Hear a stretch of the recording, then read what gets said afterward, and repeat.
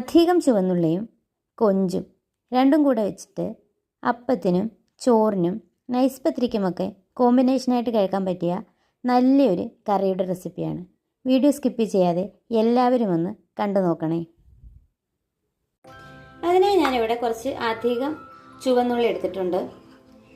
ഒരു 2 തക്കാളിക്കായും കുറച്ച് വെളുത്തുള്ളിയും ഒരു ചെറിയ കഷ്ണം ഇഞ്ചിയും എടുത്തിട്ടുണ്ട്. ഇനി ഇത് നമുക്കൊന്ന് അരിഞ്ഞെടുത്തിട്ട് വരാം. ഇതുപോലെ ഇങ്ങനെ നീളത്തിൽ കനം കുറച്ചൊന്ന് അരിഞ്ഞെടുക്കണം.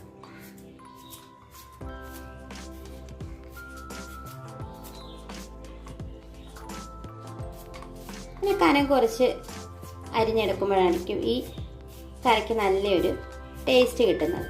അതുകൊണ്ട് കനം കുറച്ച് ചെറുതായിട്ട് വേണം നമ്മളിത് അരിഞ്ഞെടുക്കാൻ. ഉള്ളിയെല്ലാം നന്നായിട്ട് അരിഞ്ഞെടുത്തിട്ടുണ്ട്. ഇനി നമുക്ക് തക്കാളിക്കൊക്കെ ഒന്ന് അരിഞ്ഞു കൊടുക്കാം. ഈ കറിക്ക് ചെറിയ ഉള്ളി എടുക്കുമ്പോഴാണ് നല്ല രുചി കിട്ടുന്നത്. അധികം ചെറിയ ഉള്ളി എടുക്കണമെന്ന് മാത്രം. ഉള്ളിയൊക്കെ തൊലിക്കാനൊക്കെയുള്ള ബുദ്ധിമുട്ടുകൊണ്ട് ആരും ഈ കറിയൊന്നും വെക്കാതിരിക്കരുത്. നല്ല ടേസ്റ്റാണ് ഇങ്ങനെ കറി വെക്കുകയാണെങ്കിൽ.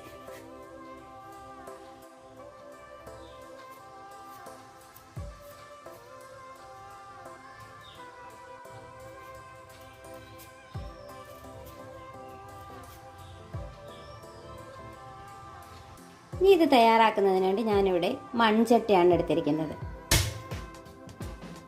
ചട്ടിയൊക്കെ അടുപ്പിൽ വെച്ച് ഒന്ന് ചൂടായി വരുമ്പോൾ നമുക്ക് അതിലേക്ക് വെളിച്ചെണ്ണ ഒഴിച്ചു കൊടുക്കാം.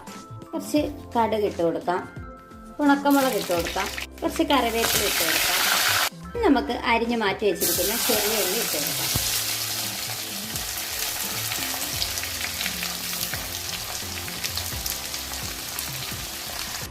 ആവശ്യത്തിന് ഉപ്പും കൂടി ഇട്ട് കൊടുത്തത് ആ എണ്ണയിൽ നന്നായിട്ടൊന്ന് വഴറ്റിയെടുക്കണം. ഇനി ഇതിലേക്ക് ഞാൻ ഒരു പച്ചമുളകും കൂടി ഇട്ട് കൊടുക്കുന്നുണ്ട്. മുളക് പൊടി ചേർക്കുന്ന കറി ആയതുകൊണ്ട് പച്ചമുളകിൻ്റെ എണ്ണ കുറച്ചെടുത്താൽ മതിയാകും. ഇനി ഇതെല്ലാം കൂടെ നന്നായിട്ടൊന്ന് മിക്സ് ചെയ്ത് അടച്ചു വെച്ചിട്ട് ഉള്ളി വഴറ്റാനുള്ള സമയം നമ്മൾ കൊടുക്കണം. ഇടയ്ക്ക് നമ്മൾ മൂടി ഒന്ന് മാറ്റി കൊടുത്തിട്ട് ഒന്ന് ഇളക്കി നന്നായിട്ടൊന്ന് ഒന്നും കൂടെ ഒക്കെ ഒന്ന് മിക്സ് ചെയ്ത് എടുക്കണം. അതായത് ഈ ഉള്ളി വഴണ്ടി വരുന്ന സമയം വരെ നമ്മളിത് ഇങ്ങനെ അടച്ചു വെച്ച് ആവിയിൽ ചെറു തീയിൽ അടച്ചു വെച്ച് ഇങ്ങനെ വേവിച്ചെടുക്കണം. ഉള്ളി നന്നായിട്ട് വഴണ്ടി വന്നാൽ ഈ കറിക്ക് നല്ല രുചി കിട്ടത്തുള്ളൂ.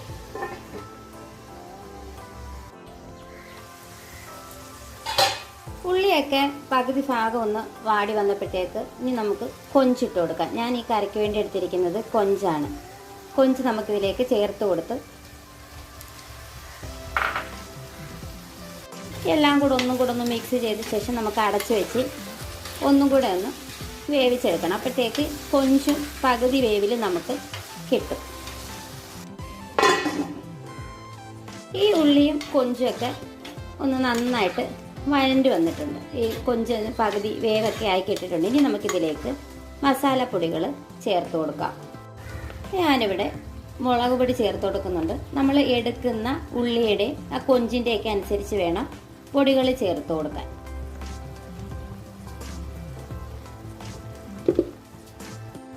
മഞ്ഞൾപ്പൊടി ചേർത്ത് കൊടുക്കാം. ഒരല്പം മല്ലിപ്പൊടി ചേർത്ത് കൊടുക്കാം. നന്നായിട്ടൊന്ന് വഴറ്റി കൊടുക്കാം. ഇതിൻ്റെ ആ പച്ചമണമൊക്കെ ഒന്ന് മാറി വരുന്നവരെ നന്നായിട്ടൊന്ന് വഴറ്റി കൊടുക്കാം.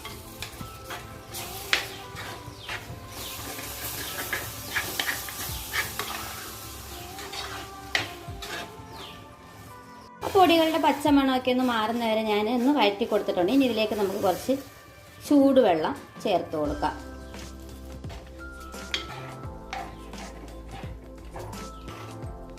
ഇനി ഈ കറിക്ക് കുറച്ച് പുളി കിട്ടുന്നതിന് വേണ്ടി 2-3 കഷ്ണം കുടംപുളി ചേർത്ത് കൊടുക്കുന്നുണ്ട്. ഉപ്പ് ഒക്കെ നോക്കിയിട്ട് ഉപ്പ് കുറവാണെങ്കിൽ നമുക്ക് കുറച്ച് ഉപ്പ് കൂടി ചേർത്ത് കൊടുക്കാം. കുറച്ച് കറിവേപ്പിലയും കൂടെ ഒന്നിങ്ങനെ വിതറി കൊടുത്ത ശേഷം അടച്ച് വെച്ചൊന്ന് ചാറൊക്കെ അല്പം ഒന്ന് വറ്റിച്ചെടുക്കണം.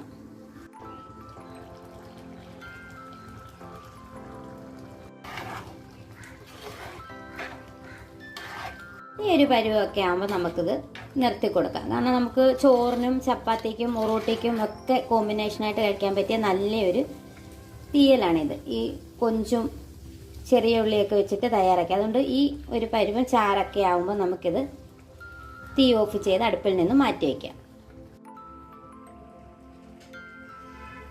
ചെറിയ ഉള്ളിയും കൊഞ്ചും ഒക്കെ വെച്ചിട്ട് തയ്യാറാക്കിയ ഈ തീയൽ എല്ലാവരും ഒന്ന് ട്രൈ ചെയ്ത് നോക്കിയിട്ട് ഫീഡ്ബാക്ക് അറിയിക്കുകയും വീഡിയോസ് ഇഷ്ടപ്പെടുന്നുണ്ടെങ്കിൽ ഒന്ന് ലൈക്ക് ചെയ്യുകയും സബ്സ്ക്രൈബ് ചെയ്ത് സപ്പോർട്ട് ചെയ്യുകയും ചെയ്യണേ. ഇനിയൊരു ഈസി റെസിപ്പി ആയിട്ട് കാണുന്നത് വരെ താങ്ക്സ് ഫോർ വാച്ചിങ്.